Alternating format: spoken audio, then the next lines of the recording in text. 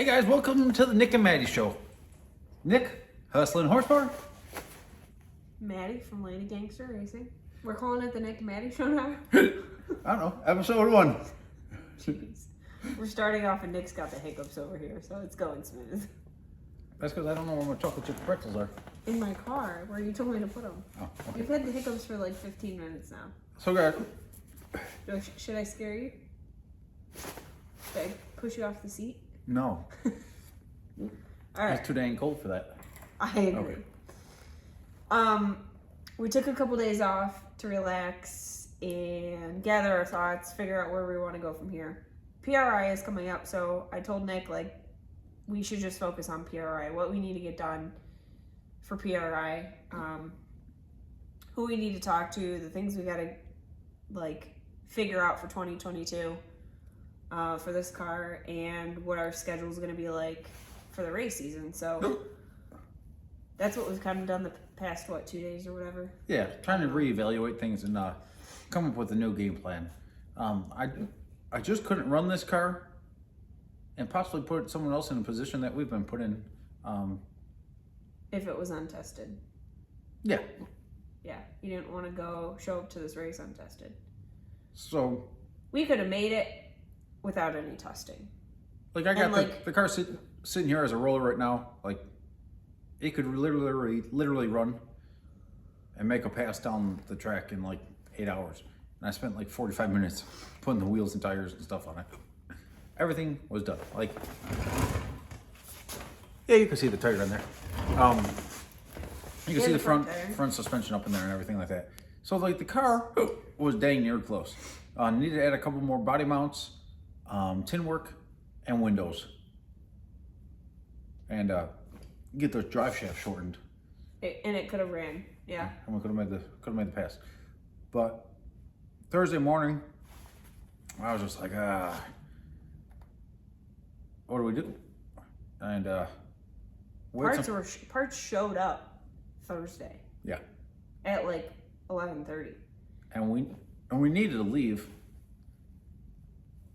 ideally by late Thursday, early Friday. And I'm the only one that's able to drive the truck right now. Maddy just doesn't understand driving a manual through the mountains of something of that size. And so it's I'm untested. she's untested. And going through the mountains just ain't a position to learn how to drive a manual. The truck, our house, has a 13-speed Eaton in it, and the truck makes plenty of power and stuff like that. So downshifting's not isn't that big of a deal, or not overly necessary. But you still have to be in the right gear when you start in the mountain, or you start coming down a 10% grade for 5 miles or something like that. And that race was down in North Carolina, so we gotta go through the mountains of West Virginia and southern Pennsylvania, West Virginia, and stuff like that. Virginia, to get there. There's no other way to do it.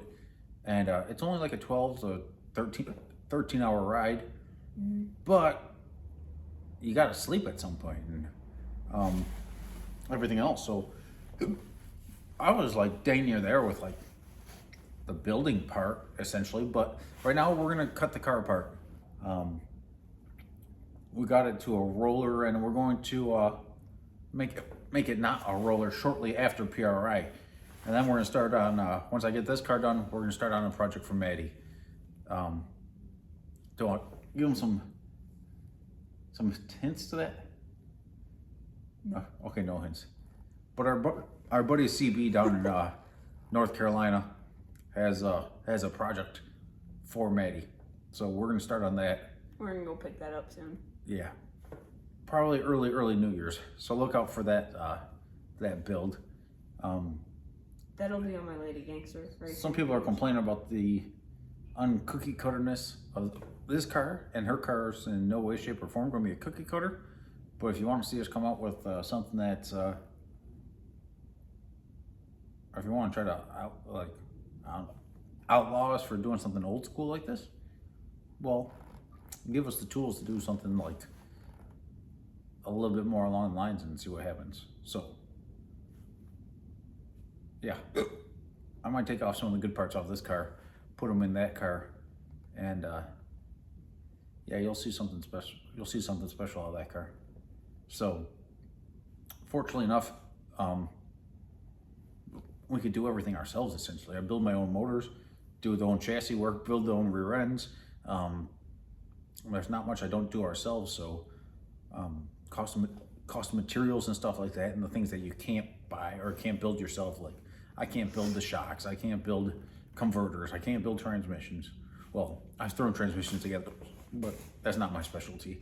A lot of it is going to be the cost of materials. Yeah. And our time. And so that'll be. Our time is free, not really. But our time we've got. I don't have to pay for my time. Yeah. It's definitely not free, but I don't have to pay for it. Mm-hmm. So that's gonna be a pretty involved build. And if we could see that thing running and driving middle of next year, middle of 2022, that'd be pretty cool. I'm not saying you won't see it happen before that, but sometime next year would be pretty cool. That's a very realistic goal for that. I've been doing this stuff pretty hardcore for 10, 12 years now. We didn't record any of that, so we're thinking about starting to do a deal. Let us know your opinion on going back and talking about some of the stories, like some of the things some of the situations we've been in, some of the adventures we've gone on. We're thinking of doing like almost like a weekly storytelling. Yeah, maybe like a weekly like maybe one story. If we do one story a week, we could go like 4 years without having to tell a story like newer than 2020. I'm serious. So, yeah, we thought about doing that, and I've got some pictures, some videos to like. Do you have any video of jumping out of the motorhome because we lost brakes? I do not. Oh. That was like. That was before I went to an iPhone, so I might have something on my old phone. That'd be funny. Probably. I'd have to look, see if it will power up. That was an adventure. That was like long story short, 5 years ago. Driving through the mountains, lost brakes, hydraulic brakes on that thing. Maddy jumps out of the motorhome as we're rolling down the mountain to chalk the tires, and she was successful. And then we met the Mushroom Man, and we'll just call him that for right now. And we were in the middle of freaking nowhere. We drove for probably 20 miles without seeing headlights or like lights of anything, and that was through like West Virginia or something like that on some back road that we shouldn't have been on, and that was an adventure. So they'll come up before too long. But if you guys are going to PRI, let us know. Me and Maddy will be walking around Thursday, Friday, Saturday. We do not have any plans for Thursday night. Friday night we might be doing that practice tree deal with the guys from Indiana. Okay. Maybe try to make some money back. Okay. I'll go cut some double O lights. See if we can get us in the morning. Did they do that in 2019? Is that the same deal? Maybe. I don't think we weren't there for that though. Oh, okay. And then so if any of you companies or anything like that are gonna be there, let us know. We'll stop by and say hi. We know of a few of the companies that are gonna be there that will be stopping by to say hi and stuff like that. But some people that we already work with that will be going to visit and just see how they're doing and check up on things. Talk to them about our future plans, like the races and stuff like that we plan to go to. So we're still gonna do the small tire, no prep stuff. Hopefully, I can't say campaign 2 cars, but I wouldn't mind teaming up with someone either. Like, not necessarily teaming up, but like, it's difficult when the only data you have is the data that like is in my head and from, like, if we make one pass, right? I have data from one pass. When you're racing against a team with 5 or 6 cars, they got data from 6 cars, and they could like off of one pass each, yeah, and they're able to get 6 different ideas. It could make them light years ahead of us. And if if they got 4 or 5 cars going into 3rd round, right? Mm-hmm. They literally have like 5 times the amount of data than us. 5 times the amount of data. So like, that's hard to compete with. We do pretty well, but we got to step it up a little bit. I'm not sure. I'm very methodical on the tune-ups that I put in the car and stuff like that. Some people do more of a wing it job, and when you go more methodically and you log all the information that we log every pass and every event and stuff like that, you got to start building up a repertoire, right? You build up the logbook and stuff like that. And when you start with a new car after 5 months, that sucks. So like a lot of that data gets thrown out, but we still know what ETs we ran and what ETs we targeted and stuff like that. So with the new car, hey, we know we need to pick it up a half a tenth to the 60 foot, a tenth to the 330, and 2/10 to the 1/8, and we'll have everyone covered. But those are going to be the goals that we aim for. Now, will we try to run it like that, like at every event? Hell no. Like you can't be taking those chances like that. But we're gonna get there with this car. This car is not gonna be overly easy, but it's gonna be cool as hell. And we'll be able to take a couple people for a ride around the pits, or little kids out to ice cream, or like whatever. Toss some adults in the back seat and go wheels up for 80, 100 feet, like we've done in the past with some friends. But not that it's it wasn't on the street. I was at a undisclosed track or whatever, or at like a safe event. But yeah, that's fun. And this car is going to be all about fun. The homegrown Hustler was more about like business, because we had to win a couple events a year to be able to keep this journey going. And I don't know, we lost that car after only 5 months, and we went to like 7 finals with that car. So that's pretty decent for a car that new. But what do you want to say? I don't know. Ready to move on, I guess. Like, just gotta keep pushing forward. So that's our plan now. We're gonna take this car down, work on it at a place that's gonna be a little bit warmer. It's currently like 35 degrees in New York, and there's no heat in the shop up here, so. Not full-time heat. I got a torpedo heater and a 100-pound propane tank up here, and we're more than grateful for. He's one of my best friends. Yeah, the space. Big Don is one of my best friends, and it's much better than. I mean, earlier this year we were building a motor, building a motor underneath our 10x10 tent, our little pop-up awning, canopy, and I'm building a friggin' pretty healthy motor in the rain underneath the tent, because we didn't have enough room in the trailer to build the motor. And that's no joke. We got some pictures of it, but we didn't want to talk about that. We didn't want to completely announce that we were building another motor in those conditions. In those conditions, but we did, and we ran pretty good. And we went 150 to the 1/8 with that one on a no prep deal. On whatever it was, 14, 15 pounds boost. So yeah, we're gonna be looking for some shop equipment here shortly.